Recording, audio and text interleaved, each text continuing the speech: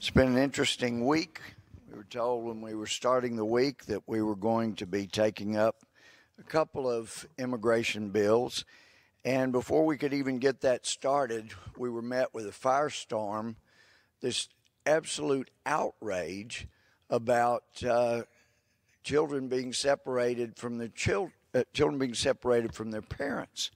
Well, anybody that's a parent doesn't want that to happen.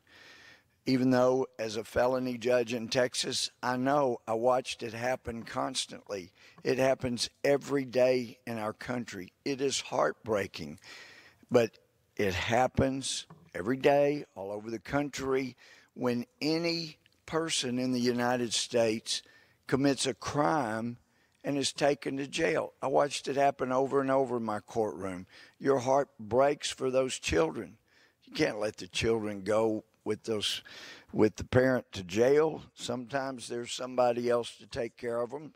Sometimes it's Child Protective Services, but it's still heartbreaking. And that's what we've seen on the border. We have a president and attorney general trying to follow their oath and enforce the law. But it is heartbreaking when you see some of these pictures, like the first one here. And when I saw that, my heart just, it just broke for this beautiful little boy, a blue shirt. It's just, and actually I think this is a separate picture, and then these are two others. But initially just seeing this where it looks like he's in a cage. And, you feel bad that Jeff Sessions as Attorney General and President Trump are the ones that are in office when this is going on. But then we find out actually he's a child of one of the protesters that's protesting the Trump administration. He's not really incarcerated. This was completely trumped up, so to speak, by the media and by the groups that are trying to do everything they can since the stories about Russia collusion turn out have more to do with the Clinton campaign colluding with the Russians than Trump. Well, this has to be another source of attack. But again, it's just heartrending to see a child like that until you find out he's not really in a cage. He's not somebody that the Trump administration was restraining. In fact, here's the same little boy skipping around over here on the other side of the fence, but with the protesters. And so it turns out, he's not. But then we'll look at some of these other pictures here, and we'll do this in rapid order because we're running out of time. But here, you've got all of these people, many of them children, in this facility, chain link fence everywhere. It's treating them like animals, basically. They're all under these, shiny blankets, but tragic. But then we found out actually that was while President Obama was in office, and conditions have improved dramatically. And we are going to move real quickly here, so we just go one after another. This was another tragic picture, so if you just stay up here and we're going to go quickly. Tragic. It does look like they're caged animals. Again, they were appearing to be caged animals during the Obama administration. That was President Obama responsible for that being done. This tragic sign, juvenile holding cell, for the Trump administration, treating these little juveniles this way. They're locked up in this little room. It's strictly for juveniles being held away from others. And then we find out, well, no, that was the Obama administration too. But all of these pictures were originally touted as being part of the Trump's war on children. Here's a female juvenile holding cell. That's proof positive that President Trump was isolating these juveniles, the female juveniles, isolating them away. And then we find out, nope, that's part of the Obama administration. It's proof positive. The Obama administration was separating children from their parents, even though there's some lame brain newspapers in Texas that try to tell me that I didn't see what I personally saw, because I've been there. I've seen what they did. I've been there all hours of the day and night. These lumps are precious little children, and it is heartbreaking to think that any parent could send these children, 90% of them unaccompanied through desert, put them in the custody of gangs.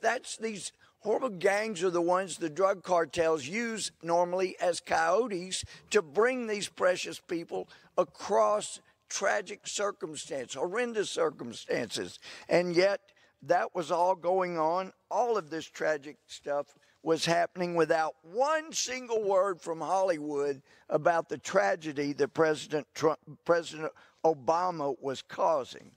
A couple of more quick pictures here.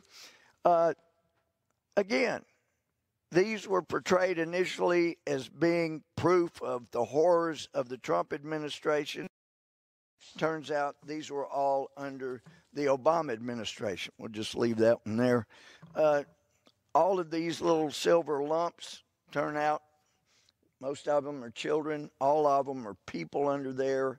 Tragic circumstances, but it's what President Obama was doing, his administration was doing, not the Trump administration. So all these people that were throwing dirt balls at the Trump administration, where they actually stuck was on the Obama administration. And so it always helps if you don't just fly off like so many, and it's not really mainstream media, it's the alt-left media.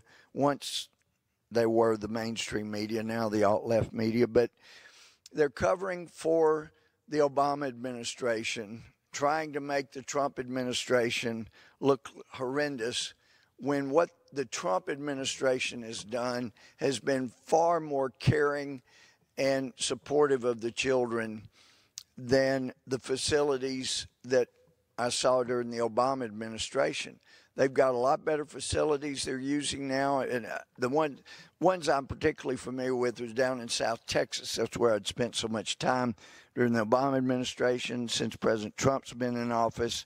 And I'm telling you, there are a lot better facilities. They're doing a lot better job of caring for people. And I heard somebody this morning say, wow, there's so many people that are just getting outraged about children being ripped from their mother's arms. But, and I believe Mr. King had mentioned that nothing does that like abortion. And then somebody reminded me this morning that when children were being ripped from their mother's process called abortion, it appears that the Democrats felt like it was okay, at least they didn't say anything about it, not that I heard, when those little children's body parts were being sold off after being ripped from their mom in an abortion. So this politics makes for strange situations to have people that are not outraged by a precious little child being ripped from a mother's womb and killed and have the parts sold off, not bothered by that. But then when 90% of the children coming into this country are said to be coming unaccompanied, and many of those that come out, well, we got 12,000 that are being held right now, and some of them tenderly held, some of them not so tenderly.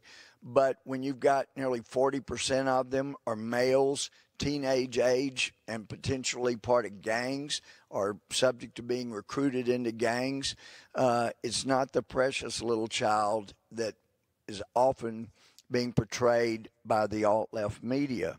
So we need to let common sense. I know in Washington it's just sense. Back in East Texas, back around Texas, it's common sense. Here it's sense. But in just the few minutes I have left, we've been taking up as bills on border issues, and I thought it was extremely unfortunate that our leadership would not allow us to have an amendment to the Goodlatte bill has so many good things in it. It has an amnesty for DACA at the end. That so many good things. I really think if our Republican leadership had wanted it to pass, they could have put on there a fix where children were not separated from their parents, and that would have helped get enough votes to go from 193 to get votes to pass it. But it just felt like our own leadership didn't want it to pass. They weren't going to allow something like that would add votes, because many of them were out there saying, no, the compromise bill will get a lot more votes than the Goodlatte bill, and it simply wasn't true. They were misreading their conference. I recall our speaker back before or right after President Trump was elected saying he was hearing voices none of the rest of us heard. Well, some of us were saying those same things that President Trump was saying before the election, and we need them to be heard, but apparently they're still not being heard. But a good comparison was done by Numbers USA on the issue of amnesty. Under the Goodlatte bill, it says 690,000 existing DACA recipients with federal ID cards can apply for contingent non-immigrant status, which may be renewed every 3 years indefinitely, makes ineligible aliens with 2 or more misdemeanors or a felony, makes ineligible aliens charged with a misdemeanor or felony while the charge is still pending. But there is amnesty at the end of the bill, the Goodlatte bill. Under the compromise bill that the speaker was calling it, 1.8 million to 2.4 million illegal aliens who may have been eligible for DACA may apply for contingent non-immigrant status, which may be renewed every 6 years indefinitely. Goes on to describe that the applications could actually reach 5 million or more. It's the largest amnesty ever provided. It's bigger than any amnesty that was ever given during the President Obama 2 terms. With regard to special paths to citizenship, the Goodlatte bill did not offer any.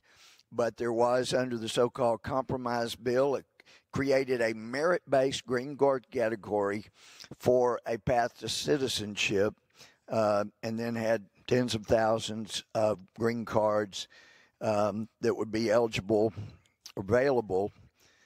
under the compromise bill that we're supposed to vote on early next week. With regard to the visa lottery, both of them reallocate those. With regard to chain migration, this was a good thing under the Goodlatte bill, a Goodlatte-McCall bill. It ends chain migration completely. However, under the so-called compromise bill, it doesn't end chain migration. That's why some say it put us on the road to ending chain migration, because it doesn't. It doesn't. There are other parents that acted illegally to bring their children into this country illegally. They would be rewarded by being allowed to get legal. And then as far as enforcement, Numbers USA has a good comparison there on enforcement. But it would be tragic if our leadership brings up the so-called compromise bill. Goodlatte bill was a good one. Cut out the amnesty. That ought to pass. We can secure the border.